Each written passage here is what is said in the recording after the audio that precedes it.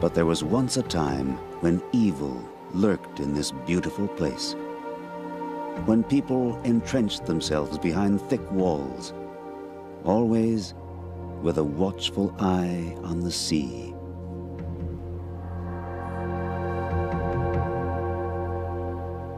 For this was the pirates' hunting ground. They ruled these waters through the 17th and 18th centuries. Merciless and deadly, they turned the Caribbean into a vast battlefield.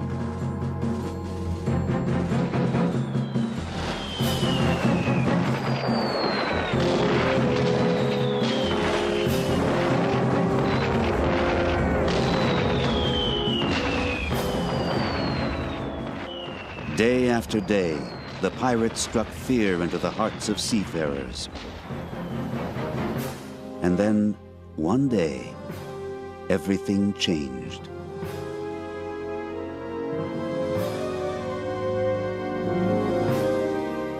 Our story begins in Jamaica. The Arawak Indians called it the land of wood and water. Columbus called it the most beautiful land he had ever seen. Today, the Blue Mountain Island is a thriving center of agriculture and tourism. But back in 1655, when England conquered it, seizing it from Spain, Jamaica became the site of an international conflict, a battle for the riches of the New World. It all began when the island's British governor D'Oyly, under siege from the Spanish, made a pact with the devil. D'Oyly knew that pirates prowled near Hispaniola, today's Haiti, plundering Spanish galleons. And so he invited the pirates, the so-called Brethren of the Coast, to use his island, Jamaica, to launch raids against their common enemy, the Spanish. The Buccaneers' base of operations was a small island harbor, Port Royal. Here, the pirate flag flew high. And soon, the tiny town was transformed into something much more. The richest city in the Western Hemisphere, and the most dissolute as well. A town overrun with money and loose morals. Port Royal will become known as the wickedest city in Christendom. Architect Oliver Cox has studied Port Royal for years, building by building, street by street. Like any town, port town, it contained a tremendous mixture of population. It had hundreds of taverns and bars and brothels. It had 2 prisons. It had several churches, a synagogue, as well as all of the military and naval men. It was said, in fact, that there was 1 bar or brothel for every 10 men in Port Royal. The taverns built then flourished with all the pirate gold that flowed through their doors.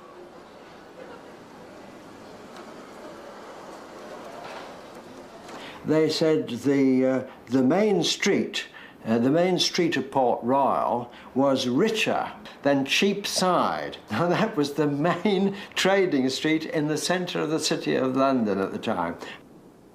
And most of those riches were due to just one thing: Jamaica's favorable location, for the island was situated in the heart of the Spanish trading route. Ships traveling from South America to Spain put in at Havana first, and they all passed right by Jamaica, by the Buccaneers of Port Royal.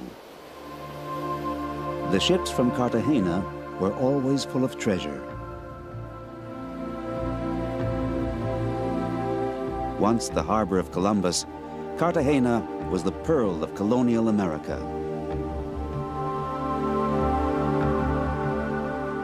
It was the treasure chest of the New World, the central shipping point through which the Spanish transferred all the plundered wealth of the conquistadors.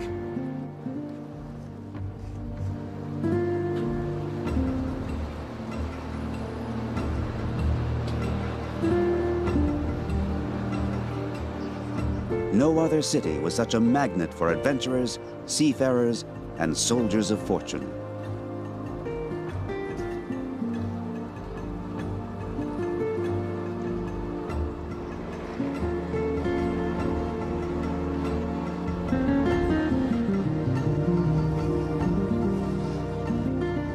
The treasures came from all across conquered South America. Emeralds, gold, silver, jewels, indescribable wealth.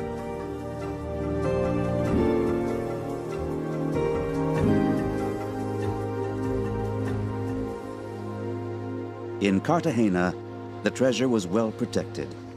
But just beyond the fortified walls, the trouble began. For the voyage back to Spain was long and perilous, and on the way, only the harbor of Havana offered protection. Here, the fortified walls and heavy cannons of El Morro stood guard. But all around lurked danger. Pirates. The flag of the buccaneers could be seen clear across the Caribbean.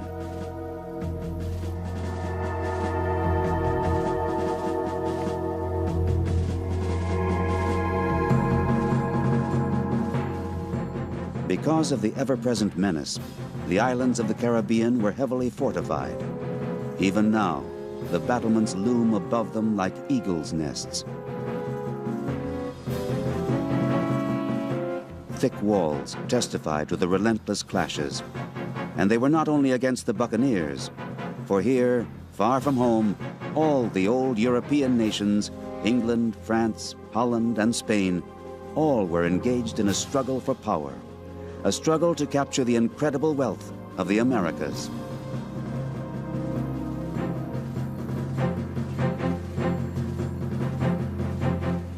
The islands served as fortresses from which to wage war. The naval battles around them were long and fierce, and many great ships were sent to the bottom of the sea.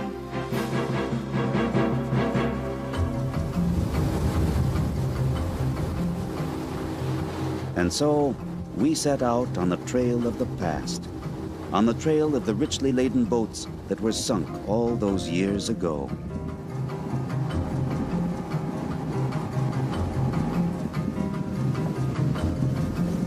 For centuries, the debris from the naval battles, the wreckage of pirate attacks, has been lying in the depths of the Caribbean. All around the islands of the West Indies, scattered on the seabed, are the bits and pieces which have survived the years.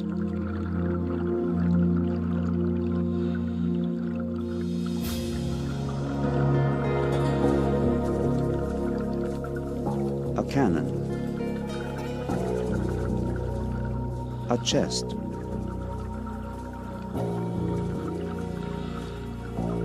Ship's planks.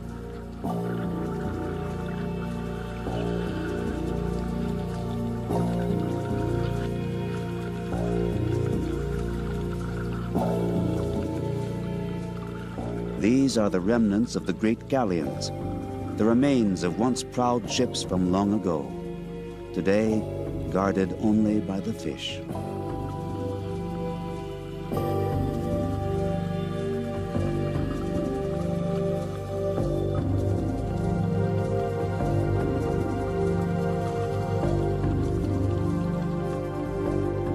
Cannonballs brought these and so many other ships to an untimely demise, the vicious handiwork of the pirates.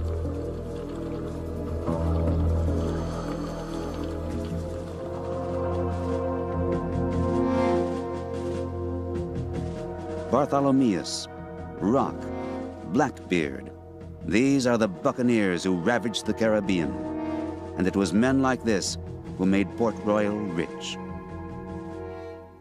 And the pirates said, if you give us permission, we will capture only the French and the Spanish ships, so long as we can use your harbour. And from that moment, from 1655 to 1690, the city grew at a faster rate than any new towns built since the last war, at a huge rate. And it became from nothing to a city of 1,000 people. Of all the pirates, it is mainly the infamous Henry Morgan who became synonymous with Port Royal. After each of his notorious raids, he always returned to the harbor. Historian Roderick Ebanks recalls Morgan's impact on the city. Morgan was one of the best-known pirates, buccaneers in his time. He seems to have been a man who had a lot of leadership ability, and so he was able to organize the largest number of pirates who operated from Port Royal. He was a very brutal, very violent man who used terrorism to frighten the Spanish, and he brought millions of dollars worth of bullion and silver and gold into Port Royal. This money financed trading activities, and it also helped to finance the slave system that was set up in Jamaica. Amazingly enough, Henry Morgan was knighted and made lieutenant governor of the island in 1672. The town became a trading center to rival even Britain. These were the best of times for Port Royal. The money flowed through Port Royal like water through a sieve. They have a saying in Jamaica, easy come, easy go. So the pirates would come in with a lot of money and they would spend it in the taverns and the brothels, they would gamble it out. But then, one day, everything changed. On June 7, 1692, tragedy struck, and the city trembled when a terrible earthquake shook the island, and the seas rose up. In one terrible instant, the force of nature descended upon this dissolute city like the wrath of God. One eyewitness, the priest Emmanuel Heath, described the events. I found the ground rolling and moving under my feet. I saw the earth open and swallow up a multitude of people, and the sea mounting in upon us over the fortifications.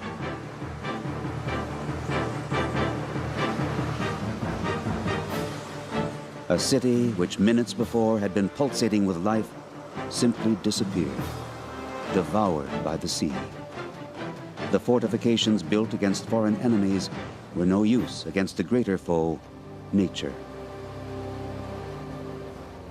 Before the earthquake, Port Royal covered an area of 60 acres. After the catastrophe, less than half, only 25 acres, remained. Port Royal was now cut off from the mainland. The wounds inflicted upon Port Royal by the earthquake have yet to heal. It is now only a shadow of its former self. The old Port Royal, a sunken city. Even the old cemetery with the grave of Henry Morgan was swallowed up by the sea. A new cemetery had to be established to bury all the dead, crushed under collapsed walls or washed up by the sea. In all, 2,000 people died, almost the entire population.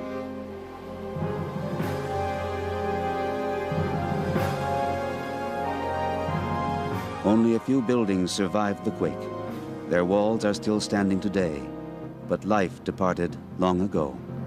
They stand as memorials, as warning signs.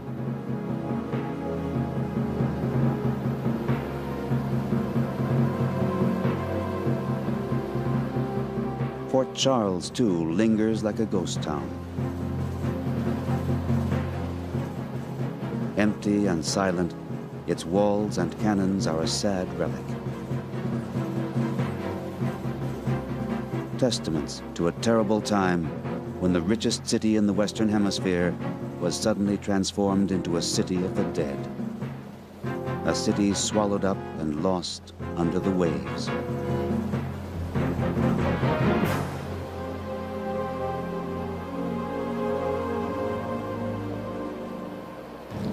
The sunken city begins about 400 yards down the coast, and it gradually angles out until it reaches that beacon. Then from the beacon it comes across to the Coast Guard facility to Chocolate Hall, the present parade ground. So all of this is Sunken City. All of this is that part that has never ever been reclaimed. The sunken city. We want to see it, a metropolis buried beneath the waves. For it was not only walls and buildings that were devoured by the sea in 1692, but unimaginable riches. The gold and silver of one of the wealthiest cities in the world, as Michael Cox confirms. There is, under the water here, a hidden treasure, you're right. There is also a treasure under the lower parts of the land, which has been subsequently filled up. And so the treasure is not for treasure seekers and not easy for them to find. And the government of Jamaica try and make sure that treasure seekers don't come diving there. The temptations of the sunken city are great. But right behind any would-be treasure hunters is the Coast Guard.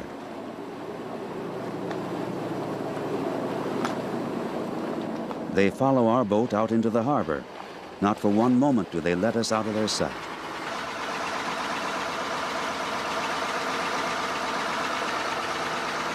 Exaggerated precautions? Not really. Already, too many treasures have disappeared, snatched up by illegal diving expeditions. Only with the Coast Guard's agreement, only with their accompaniment, will they let us dive at all.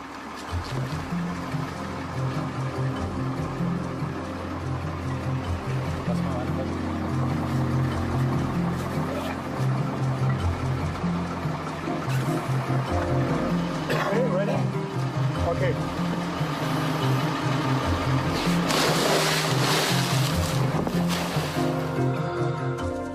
Below the surface, visibility is limited to a few yards. The first thing discernible on the seabeds are the traps left by island fishermen. But there is no gold shimmering in these cages, just a few fat moray eels.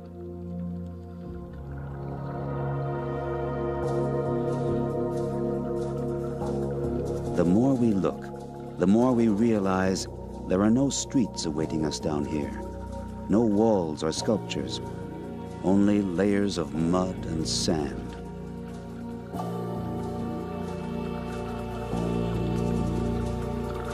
The sunken city, you have to imagine it. It lies buried under 3 centuries of debris.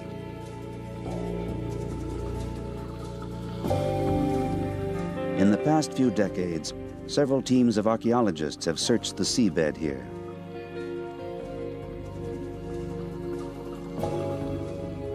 Their handiwork is in place, strings that mark the outlines of buildings and streets.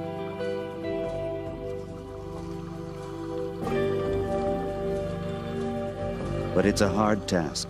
To uncover the old Port Royal, they have to make their way through thick layers of silt and coral, only to find that days later, their work was in vain.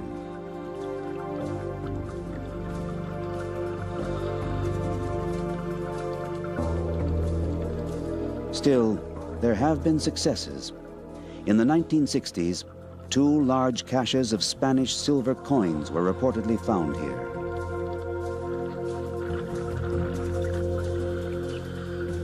And everyone who has had any dealings with Port Royal is certain of one thing. There are many more treasures to be discovered in the sunken city. For here in the sand lies gold, the dream of every treasure hunter.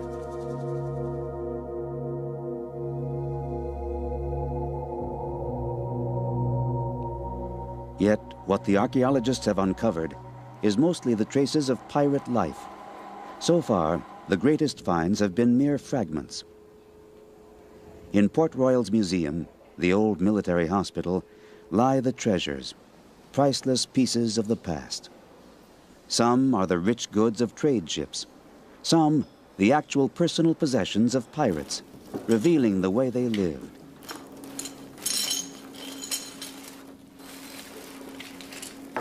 We have here also a baluster. They tend to come in varying sizes, and they're all pewter again, and this was used as large as a decanter for pouring wine. The wine usually are stored in onion bottles. Again, the onion bottles were of varying sizes, but they were largely of this size. From the number of onion bottles retrieved, gives us an idea of the extent to which alcohol was consumed in Port Royal pre-1692. The archaeologists have salvaged Indian handicrafts, fine Chinese porcelain, English bowls, the keys to a culture frozen in time. Perhaps the most intriguing treasure is not to be found among the exhibits of the museum, but in a small church nearby. The silver service of the top pirate of all, Henry Morgan. This was a microcosm of the mixture of different ethnic origins, Indian, Afro-American, African slaves, and the Americas too coming over. They were all mixed together, living cheek by jowl. And of course, having to live together in that way was totally different from any other part of the plantation lands, where the blacks were in one little slave quarter and the rich plantation owners had great castles to themselves. Welcome to Jamaica, where the rum come from. The rum come from, where the rum come from. Welcome to Jamaica, where the rum come from. Relax and have some fun. Today, Port Royal is a quiet little town, easygoing, laid back. The inhabitants have their share of contemporary problems and graces.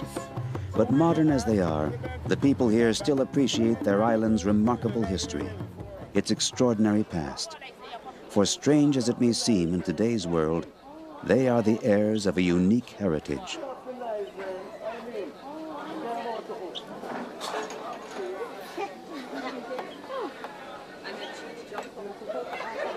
And in many ways, that heritage is still alive.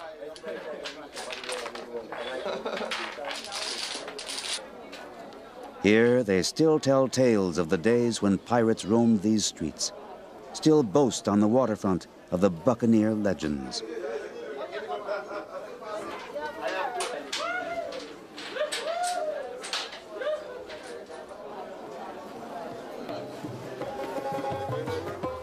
And in this little harbor by the waters of the Caribbean, the archaeologists and inhabitants have an ambitious aim: to take a corner of the 20th century and breathe life once again into old Port Royal, to uncover the entire city beneath the waves and transform it into an underwater museum, the first of its kind, to recreate the city of the pirates, the city of ancient lore.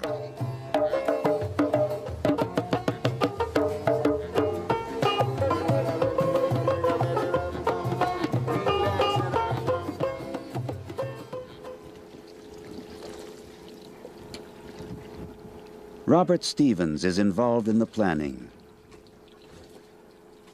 One of the most important aspects of this project is that we're developing this for Jamaicans. And because it is going to be so fantastic, we would like to share it with foreign visitors who come to Jamaica.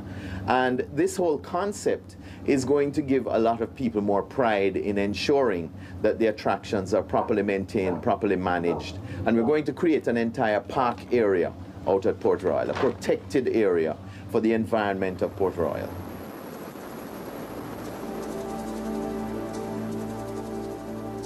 To fuse the present and the past, that is the dream. But as the modern wrecks and sunken ships on the coastline of Jamaica attest, What happened then in Port Royal can happen again any time. The whims of nature are still as dangerous as ever, still capricious, still taking their toll. Nevertheless, the treasure hunt goes on. The archaeologists toil against silt and sand, against storms and hurricanes, and they dream of the day when the houses on land are restored, the city underwater uncovered. Will it come to pass? Who can say? But this is the dream.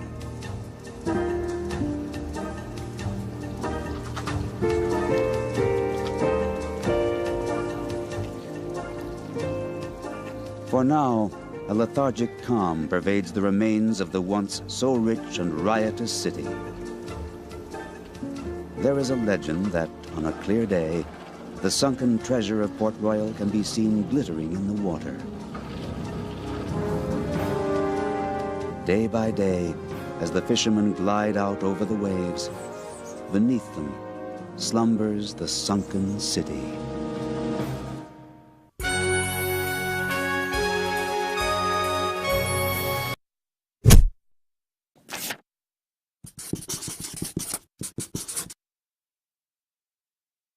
On a beach in the East Mediterranean, not far from Haifa, lie the colossal ruins of a once great city. 3,000 years ago, the city of Dor boasted massive stone-built battlements and a finely equipped harbor. It was a citadel of the Sea Peoples, a name the ancient Egyptians gave to several groups, including the Phoenicians, who were eventually crushed by the Israelites under King David. For 12 seasons, an international team has excavated the massive ruins here. On August the 13th, 1992, University of California archaeologist Andrew Stewart was just about to wind up another season at the dig. One more day of hurried recording and cleanup was left. And then the unexpected happened. And Ranveer, the square supervisor, came over to me after about half an hour and said, Andy, it was about that rubble that you asked us to dig. And I said, yeah. He said, we got rid of it yet? He said, actually, we got rid of most of it, but there's a foot sticking out of it, and it's human. For the next 11 hours, the team raced to uncover the skeleton pinned under the rubble. As the bones emerged, so did the clues. The pelvis was broad, and so could only have belonged to a woman. The excavators judged that she was in her 30s. Her body was contorted, and her arms were raised up as if to protect herself. But the effort had been in vain. Ephraim Stern, who has worked at Dor for 21 years, believes the woman was a casualty of King David's attack on the city around 1000 BC. The Phoenician city had been captured by the Israelites during the beginning of the 10th century by the armies of David. So she was killed when the city had been captured by the army, by the soldiers, and her body, like the body of many other people, have been left where she was killed and exactly where we found her. But Stern's collaborator, Andrew Stewart, disagrees. He thinks the woman was killed by a collapsing stone wall. Nothing that we found as we were digging her suggested to us that human violence was in any way involved. There was no knife sticking into her body or anything like that. But more importantly, everything that we found was consistent with almost a split-second accident. It didn't seem to us at all that she had been, say, murdered, then somebody pushed a wall over on her. It looked to me as though it was a single event which contorted and crushed her. Stewart's view was tested when the bones were examined at the Hebrew University Medical School. Anthropologist Patricia Smith found no cut marks such as might have been inflicted by a knife or a sword. The bones were smashed into many fragments. The question was, could I find any evidence on the skeleton to determine how this individual died? Well, as you can see, most of the bones are fragmented, but if we look here especially, we can see here and here this spiral fracture that I was talking about, and if you look very carefully, you can see that there's a raised edge here. This is the sort of fracture that only occurs in fresh bone. This particular break definitely occurred either when she was still alive or immediately after she died. Buried among the ruins of her pantry for 3,000 years, the crushed and twisted remains of a young woman seem to confirm the biblical account of David's conquest of the Phoenicians. Or perhaps they tell of a greater conflict, the shifting of massive plates beneath the Earth's crust. I think what happened, judging by the rocks that we found on her, was that the wall began to fall, for whatever reason. She turned around to flee, and it caught her as she was turning around. And a rock seems to have hit her in the pelvis, another in the rib cage, and a third on the head. And when she turned, her foot twisted and broke. As she fell to the floor, broken potsherds and animal bones sliced into her body. The impact of the stones broke her neck and shattered her skull. But what caused the stones to fall? The earthquake possibility has been pursued by earth scientist Amos Nur. He thinks there's good evidence that at least 9 other sites in northern Israel suffered severe damage around 1000 BC, the date of Dor's destruction. His quest for clues about ancient earthquakes took on a dramatic new meaning one day in October 1989. For many years I studied earthquakes as a theoretical thing, like many scientists do. Until the 1989 Loma Prieta earthquake in California. I was in my office at Stanford University, and my office completely collapsed during the earthquakes. I dove under my desk just a split second before my huge steel bookcase came down. It was that experience in 1989 that transformed me from an earthquake theoretician to a practitioner. And I decided I really want to understand this, the human aspect of past earthquakes, not just the theory. The 1989 quake killed 67 people. 1 year earlier, a quake in Armenia killed as many as 25,000 people. Though we understand earthquakes better than in Old Testament times, they are still as lethal. Geologists tell us that some places are predisposed to earthquakes, and their occurrence is as inevitable as it is unpredictable. This was the scene in Jerusalem in 1927, when an earthquake only slightly weaker than those in California and Armenia struck. The threat lies in the 2 great fault systems that cut across the Holy Land. One runs north-south. Along it lie the Sea of Galilee, the River Jordan, and the Dead Sea. The Dead Sea itself was created when 2 giant pieces of the Earth's crust split and spread apart along what is known as the Asia-Africa Rift. At 400 meters below sea level, it is the lowest point on the Earth's surface. A smaller fault follows the mountains known as the Mount Carmel Ridge and runs into the Mediterranean just north of Dor. Earthquakes occur as the plates on each side of the fault periodically slip, tear, and grind against each other, producing some of the strongest earthquakes ever recorded. Earth scientists seek to find a pattern in these violent events. To learn what clues an earthquake leaves behind, Nur studied the Hellenistic and Roman ruins at Beit Shan. A well-documented quake struck here in 749 AD, leaving a dramatic tableau of devastation. For earthquakes and archaeology, Beit Shan is truly unique because we know that an earthquake happened here and we see its effects. For example, here we see a cracked column that collapsed here. Here is another stone layer, and altogether they were the facade of this temple, which must have risen to about 50 feet right above the street. And during the earthquake, all the structure fell into this main street of Beit Shan, as you see it right here. We see many other things, more subtle. Buckled street. We see, for example, the staircase here that got completely distorted and tilted by this earthquake. We see here the separation between the blocks and the stairs, and here, and the slippage between these blocks. due to this earthquake here. The importance of this evidence is that it gives us a calibration for effects in places where we don't know that an earthquake has happened. But proving that earthquakes happened isn't always easy. These are the ruins of Megiddo, a city that lies at a crucial gap in the Mount Carmel Ridge. For thousands of years, traders and armies have sought this pass through the mountains. It has witnessed dozens of bloody battles, including the crushing defeat of the Turks by British forces under General Allenby in 1918. But long ago, Megiddo apparently suffered another kind of destruction. And its name, translated by the Greeks into Armageddon, became synonymous with the ultimate cataclysm. Its apocalyptic end is familiar to us from the book of Revelation.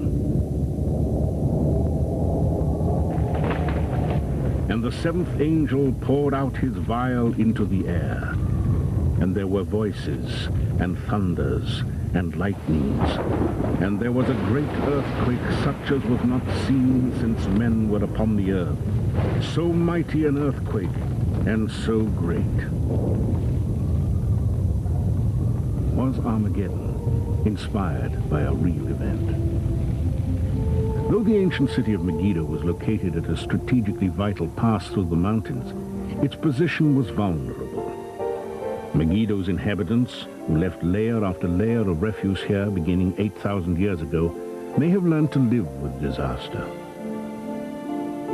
Famed Israeli archaeologist Yigal Yadin dug here in 1960 and found many bones crushed under mud brick walls. The date of the disaster was about the same as the one at Dor, 1000 BC. Yadin blamed the damage on King David's attack on the site, even though the Bible does not list Megiddo among his conquests. Nur thinks his own explanation is more plausible. Because Megiddo sits right on top of the Mount Carmel fault and is only 30 miles from the bigger Dead Sea fault, he believes a giant earthquake struck Megiddo and inspired the biblical prophecy of Armageddon. The reason I think that Armageddon is associated with earthquakes, besides the fact that it's sitting on an active fault, in fact, we know there are earthquakes here. We know there were earthquakes here, so this place was shaken many times. And if you look at the construction, or like the wall behind me, this is very poor anti-seismic construction. In the book of Revelation, the description is of a huge battle, which will be accompanied by an enormous earthquake, such a one that has never happened. The earthquake will crack the city into 3 parts. It will make the mountains disappear. It will make the ocean recede. The movement of the ocean is a tsunami. We know it from any earthquake. The cracking of the city into parts is just the typical collapse of these cities. Somehow they have an extremely precise description of an earthquake to happen in the future.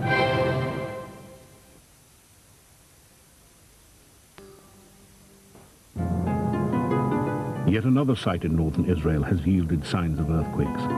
The great mound of Hatzor lies a few miles from the Sea of Galilee. More than 3,000 years ago, it was an important cult center of the Canaanites. Later, under the reign of King Solomon, the city became a key strategic center for the Israelites. Amnon ben Tor has dug here for the last 4 years.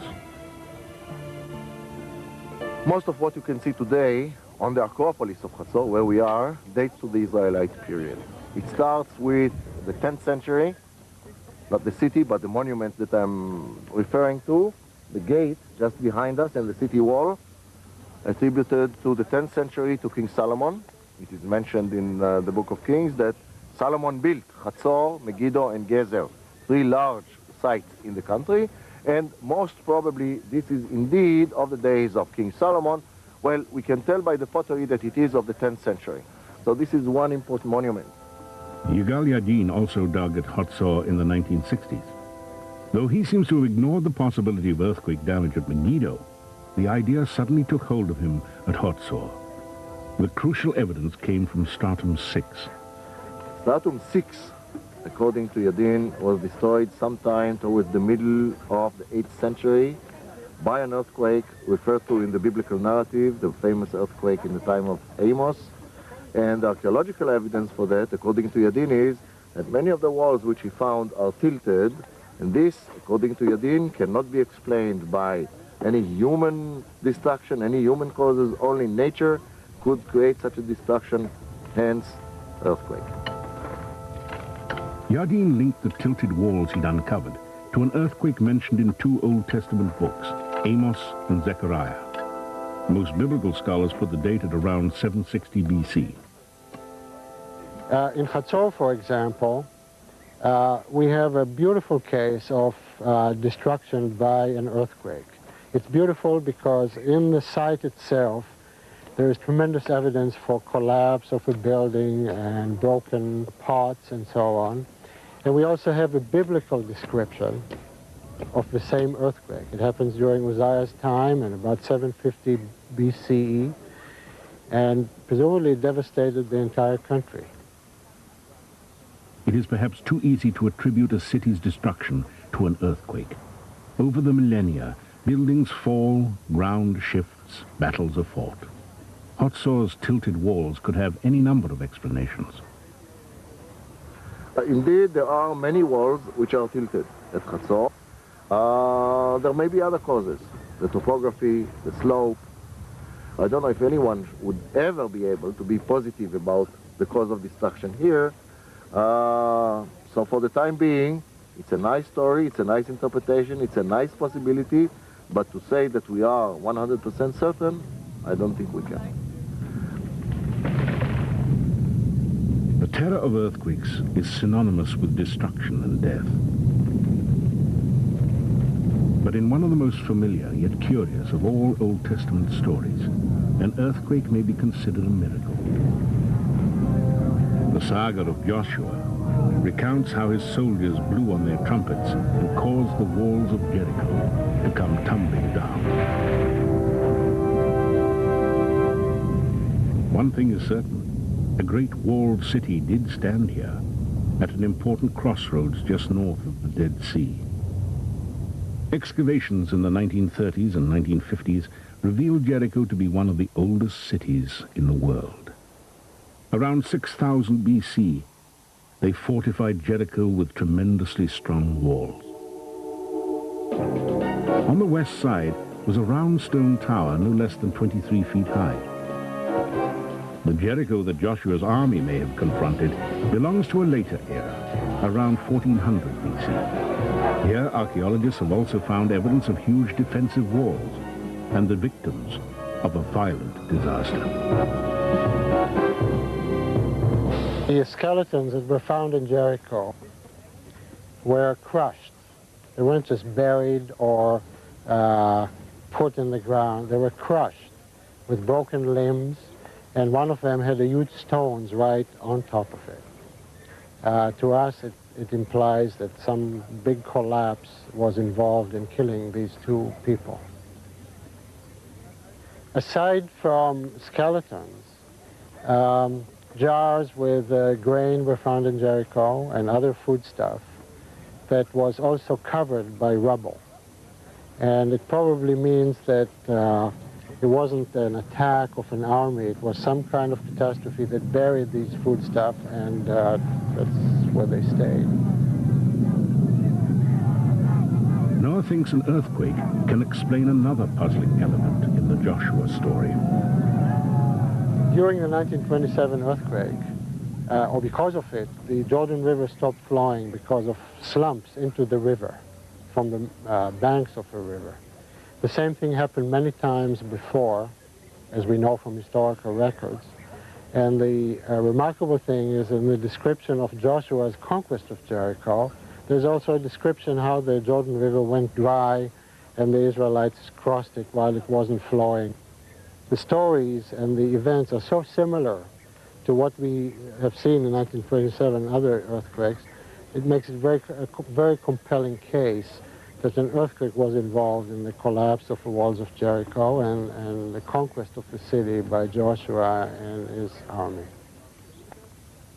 Archaeologists such as Amnon Ben-Tor are cautious about taking the Bible too literally. Because a lot of what you read in the Bible is in itself in interpretation of somebody who interpreted events that happened before his time. So the question is, what do you take as evidence? Okay, this is the question. Once we agreed on this, definitely the Bible should be used, must be used to illustrate, to corroborate, to fill in gaps. The same thing goes also for archaeology. Archaeology can give meaning, can fill in gaps in our understanding and so on. So it goes both ways. Archaeology and the Bible have to be linked. As far as Noah is concerned, his quest for the truth behind stories such as Joshua and Sodom and Gomorrah is more than mere academic curiosity. What we hope to get out of the study of historical earthquakes and the archaeological evidence is to get an idea about the time-space pattern of large or moderate earthquakes. And in order to do that, we have to go to places where we have very long historical record. This is the best place to do so.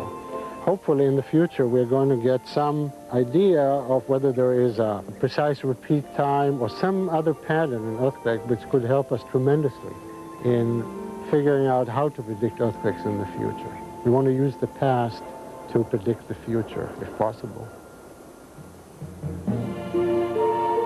By tracking the incidence of earthquakes in the Middle East, Noah hopes to arrive at a means for predicting future quakes. His study of ancient catastrophe may alert us to the role of earthquakes in the Holy Land and help prepare us for the inevitable shocks to come. In every age, the threat of earthquakes has aroused a special, chilling fear. Modern science helps us to understand the forces deep within the earth that give rise to these terrifying events, even if the goal of prediction remains elusive. But how much more frightening it must have been then for the people of Dor or Megiddo or Jericho when their world suddenly collapsed around them. Little wonder such catastrophes were attributed to the vengeance of God and passed into the realm of biblical legend.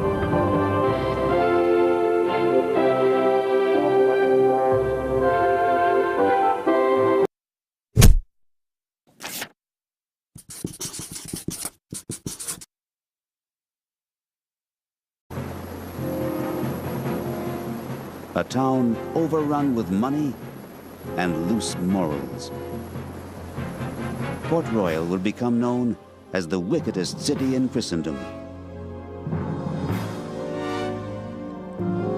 Architect Oliver Cox has studied Port Royal for years, building by building, street by street.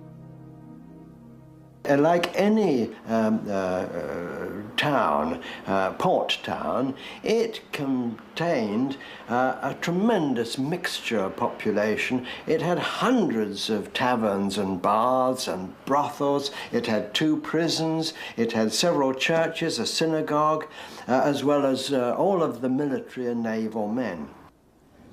It was said, in fact, that there was 1 bar or brothel for every 10 men in Port Royal. The tavern. Day after day, the pirates struck fear into the hearts of seafarers. And then, one day, everything changed.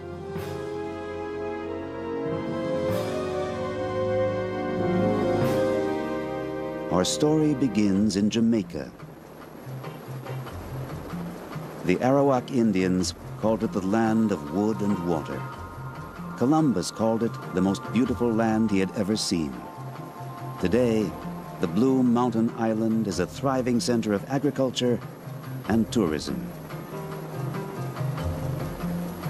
But back in 1655, when England conquered it, seizing it from Spain, Jamaica became the site of an international conflict, a battle for the riches of the New World.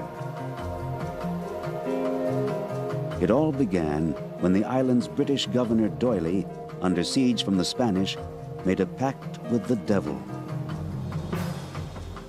D'Oyly knew that pirates prowled near Hispaniola, today's Haiti, plundering Spanish galleons. And so he invited the pirates, the so-called Brethren of the Coast, to use his island, Jamaica, to launch raids against their common enemy, the Spanish. The Buccaneers' base of operations was a small island harbor, Port Royal. Here, the pirate flag flew high. And soon, the tiny town was transformed into something much more. The richest city in the Western Hemisphere, and the most dissolute as well.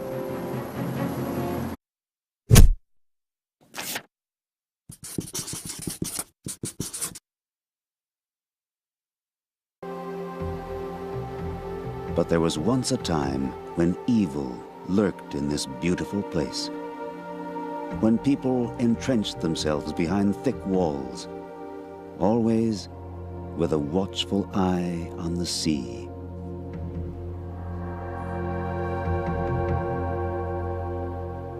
For this was the pirates' hunting ground. They ruled these waters through the 17th and 18th centuries. Merciless and deadly, they turned the Caribbean into a vast battlefield.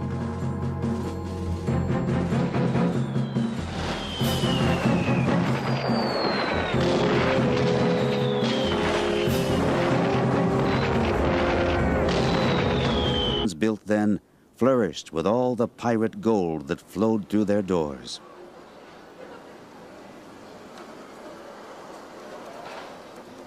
They said the main street of Port Royal was richer than Cheapside. Now that was the main trading street in the centre of the city of London at the time.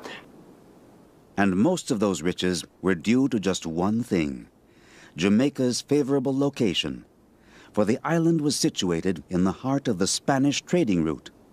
Ships traveling from South America to Spain put in at Havana first, and they all passed right by Jamaica, by the Buccaneers of Port Royal. The ships from Cartagena were always full of treasure. Once